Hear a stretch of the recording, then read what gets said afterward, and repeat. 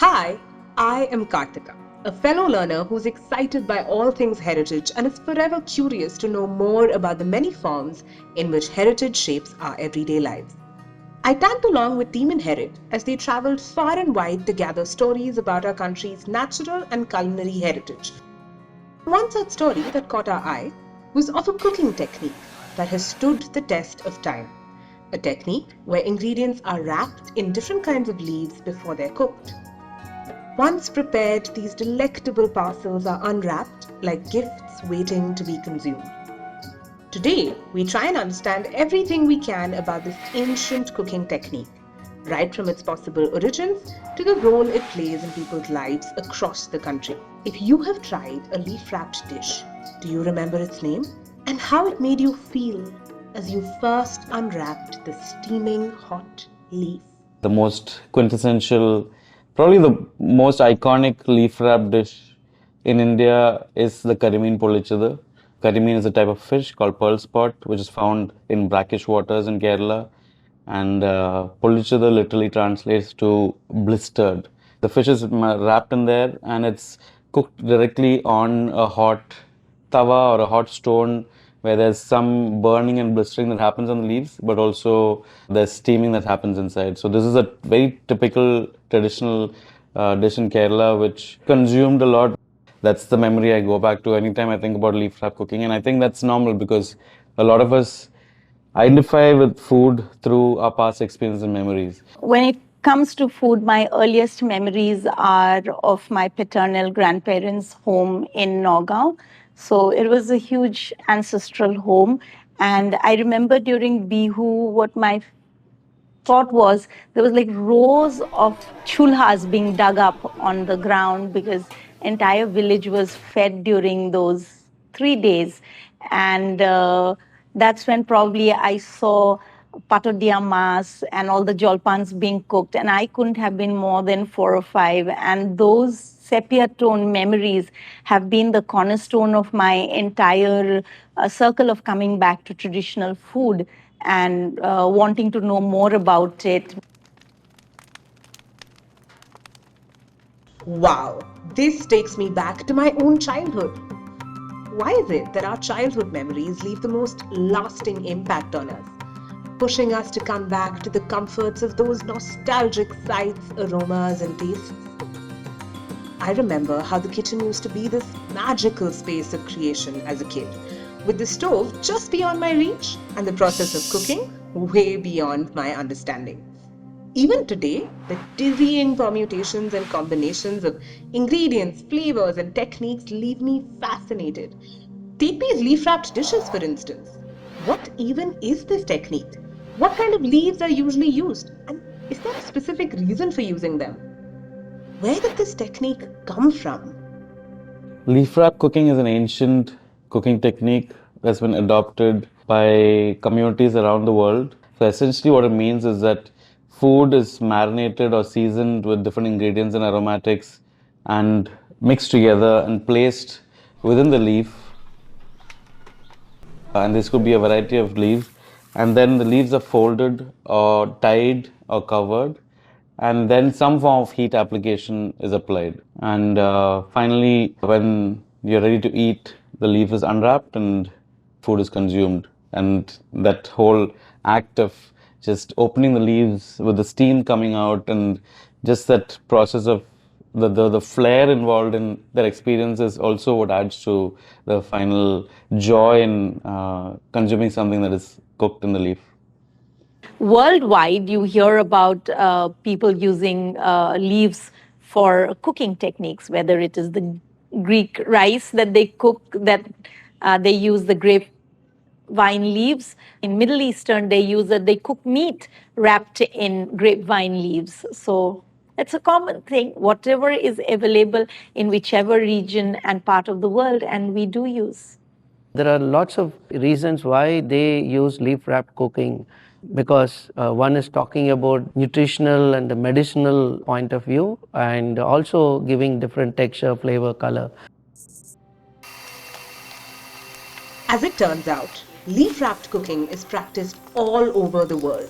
But it's interesting to observe how a technique that might have been drawn from necessity still remains relevant after centuries, and how people and entire communities have integrated this piece of culinary heritage into their lifestyles. Even within India, every state has its own set of leaf wrapped dishes.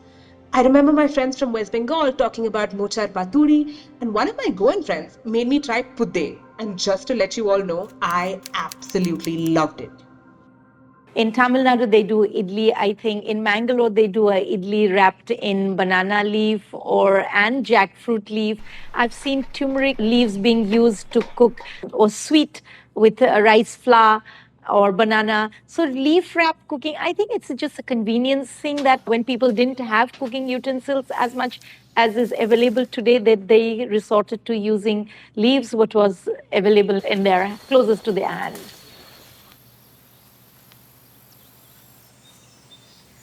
Several kinds of leaves like turmeric, banana, colocasia, or banyan are used to wrap ingredients which include vegetables, meat, or rice before being cooked. There are at least 40 different dishes present all across India today that use this technique.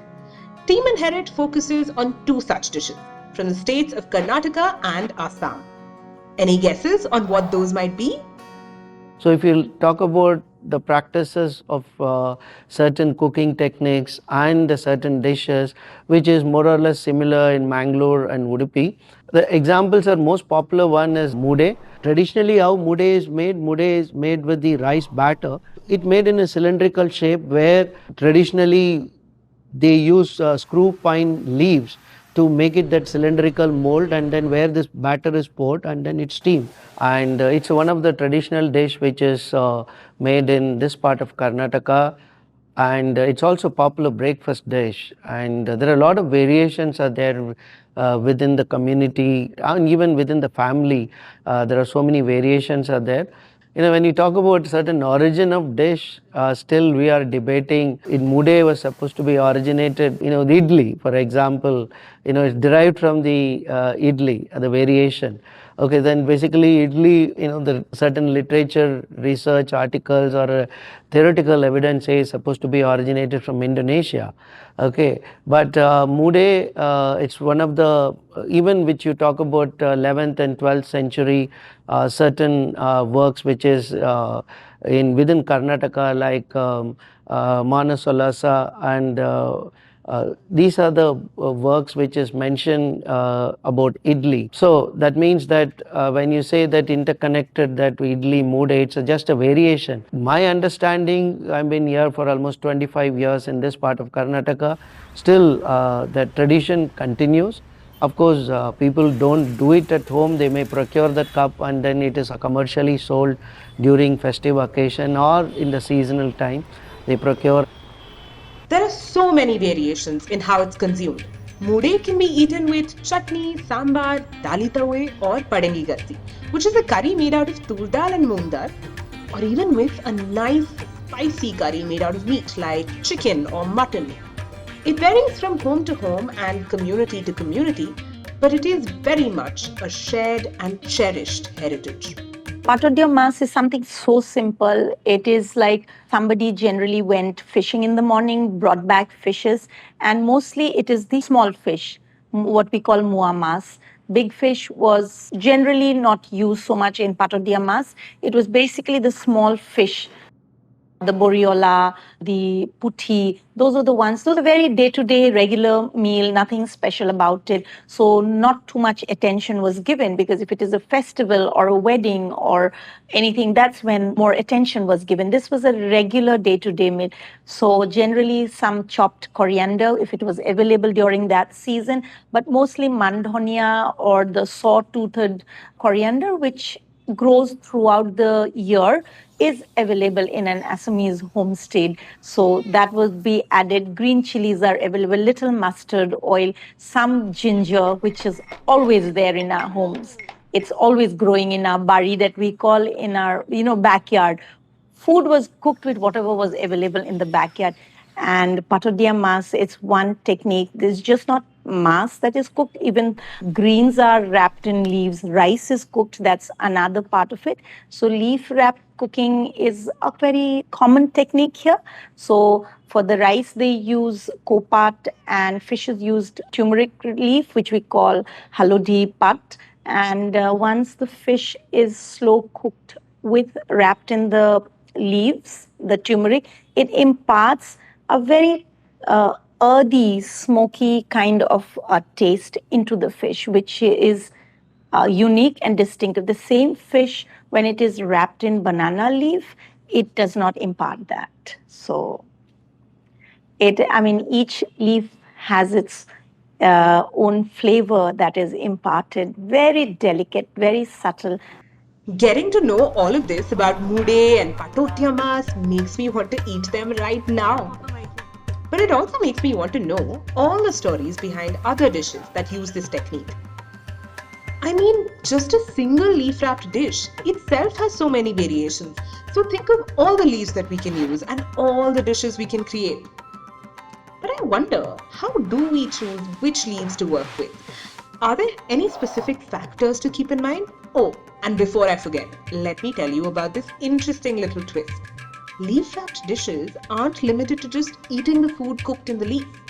There is yet another additional aspect in some of these recipes. One of my favorite leaf wrapped dishes outside of Karimeen Pollichathu is the Patra Poda, which is from Odisha. The beauty of this particular dish is that the leaf is consumed as well. So very often the version I had was with pumpkin leaves, where the mixture inside could be mushrooms, it could be shrimp, it could be fish, it could be chicken, and there's a marinade of ground mustard, onion, chili, and it's fairly simple, maybe a little bit of turmeric. And then it's again very similar to the Kerala way of preparing things. It's cooked over a flame or a fire this time, and it chars. So patra means leaf, and poda means burnt. So the leaf is almost burnt on the outside, and it steams inside. And there are two versions of this. Typically, if it's made with leaves like banana leaves or inedible leaves, then it's open and consumed. But every now and then they also make it with things like pumpkin leaves, and they can consume the whole thing. That for me was a revelation, because I'd never had leaf wrap foods where you could actually eat the leaf as well. Obviously, when we talk about indigenous food and plants that grow in a region, our ancestors were very smart in that sense. There was always multiple use of a particular plant. If you look at our cuisines, whichever parts of India, we practice seasonal availability of ingredients pertaining to geographical locations, and that is where our ecosystem was so great. Whatever actually is available locally or closest to your hand is what it is. There is no hard and fast rule. So we can't say, we don't use banana leaf. Yes, somebody uses banana leaf to do their fish, to wrap their fish, and another person doesn't. Halodi patot diya. And if you go up, you'll find in Nagaland, they use a lot of arbi leaves or kosupat to ferment their beans. The anishi and all, they do that. So leaf wrapping, it's basically based on the availability and the region. Also, the size of the leaf, the shape of the leaf, the strength of the leaf would be relevant. So something that's a little more fragile wouldn't be used to cook something that's either cooked for a longer period of time or has more weight. It's great that we don't have to have a fixed recipe or a specific occasion to consume these dishes. So the choice of leaves or the ways of cooking and even the ways of eating it, they're all customizable. And if there's one thing I know for sure, it's that flexible food is good food. And talking about flexibility, the choice of leaf for making these dishes goes beyond just mere practicality. There is a deep cultural significance attributed by the communities that consume these dishes. And their decisions are driven by their inherent understanding of the properties of the local greens available around them. Sal leaves, for example, are considered to be sacred in a lot of communities. Sal leaves are very commonly used in many parts of, say, central India, central northern India. Chena Poda in Odisha, which is almost like Odia cheesecake that's cooked in sal leaves and burnt. So I think local significance, cultural significance, and also nutritive properties or medicinal properties. A lot of these leaves also have subtle medicinal properties that they impart to different dishes, and that's also considered by those local communities as they conceive of these dishes. During the April Bihu, so that is the first day of the year, the tradition is that we make bhaji out of 101 greens that are collected in the village, and most of them probably even I will not be able to name. I will only probably know about 10 or 12 of them, but then they collect and then they eat that on the first day. Why so? Because there's a seasonal change happening. The summers are coming. You want then the disease, but the floods happen because we get heavy rainfall. So you want to fortify your body. So all these greens that were given to you, actually it fortified your body. You are given neem leaves. We eat dried neem leaves. Anytime stomach ailment, worms, they say give neem, and we used to hate it as kids. It's bitter as hell. You cannot imagine how bitter it is. But the first thing in the morning, we used to stand in a line and have neem juice, fresh neem juice to cure us. So that is how everything has a reason why it is eaten. The people in the communities that are still practicing leaf-based cooking, I would say, it happens in pockets around the country, across classes, across regions, both urban and rural, but primarily you'll find it in rural parts of the country where it's still something that they cherish, both for the tradition of doing it as well as for the flavors and what it means for them culturally.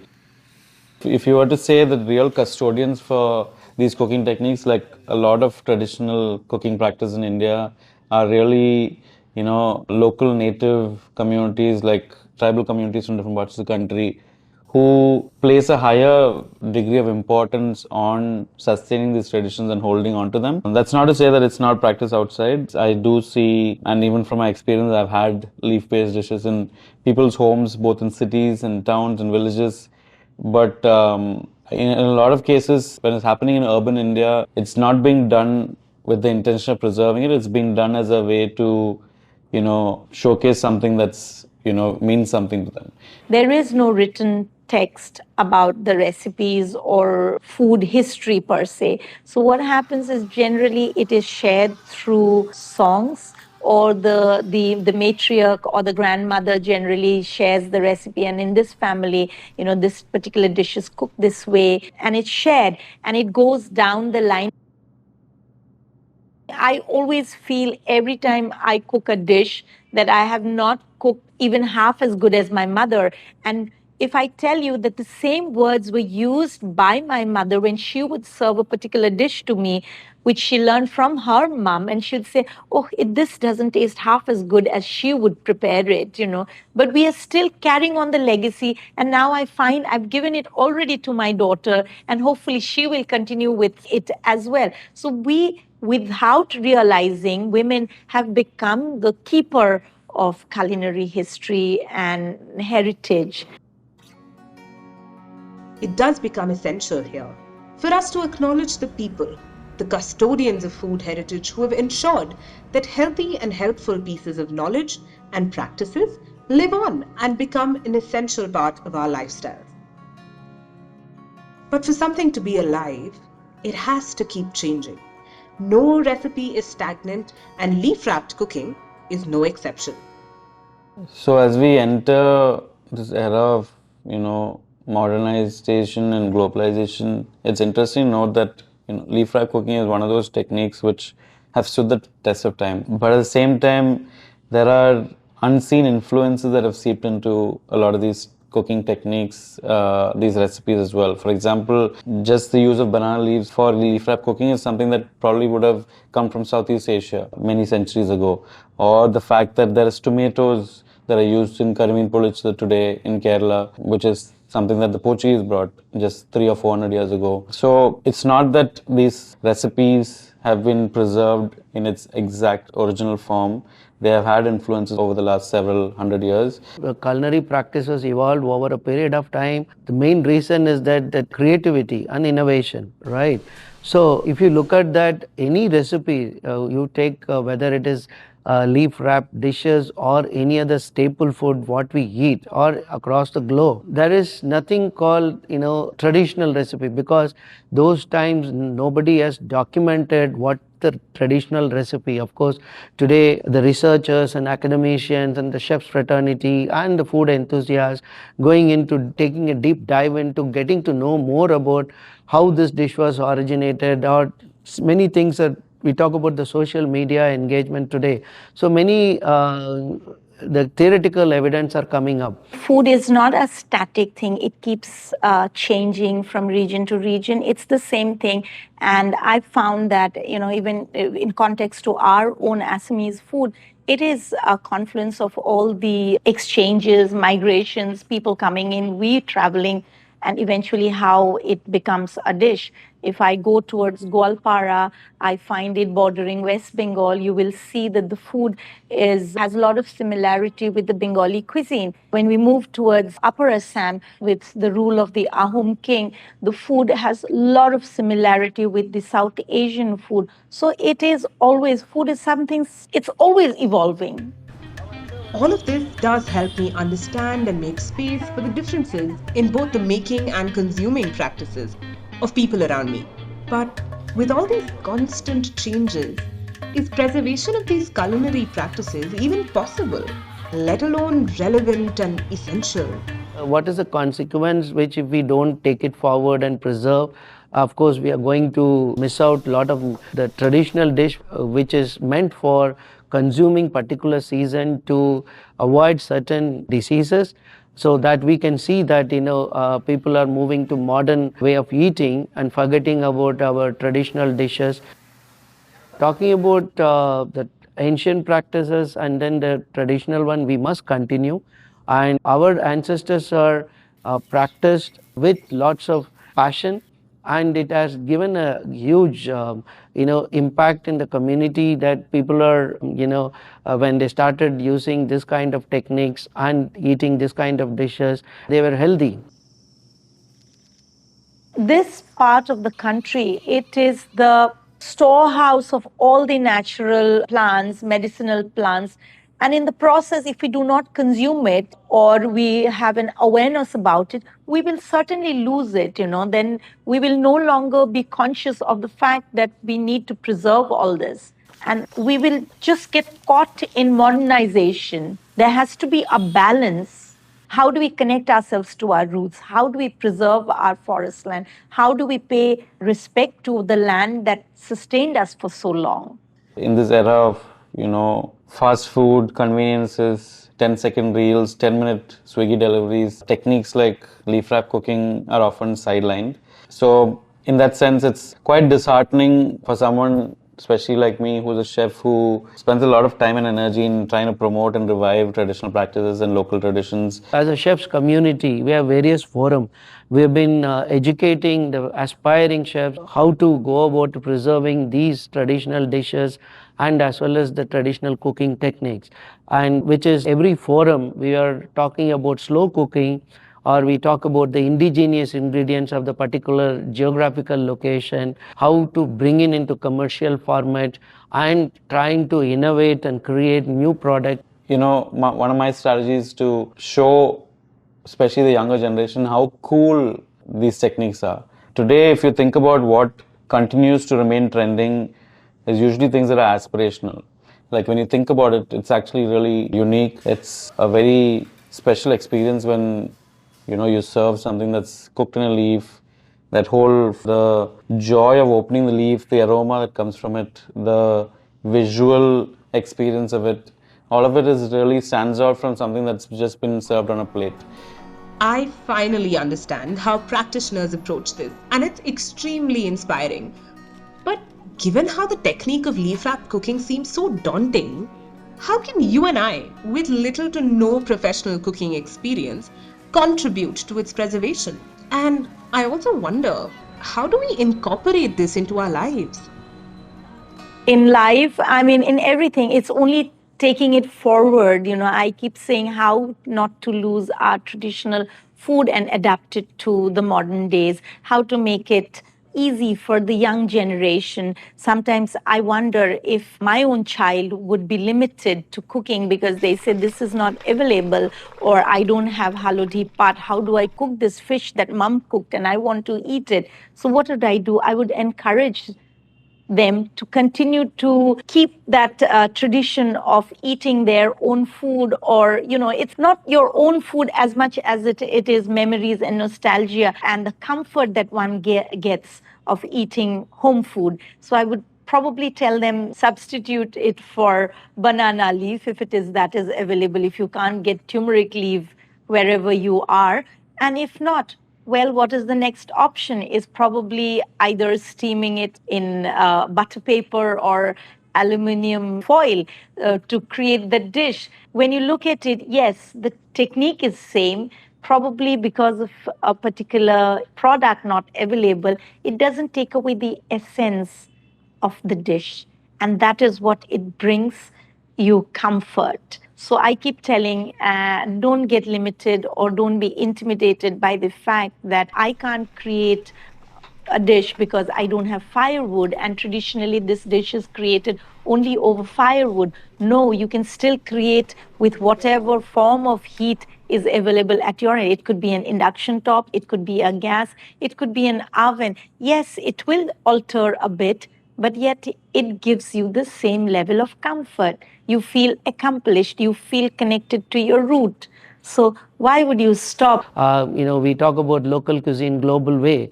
For example, if I need to talk about turmeric wrapped dish, one dish patoli, if you need to make that dish in a contemporary way which could be served in a plated form, there are so many ways to it, unless if you don't have any restriction.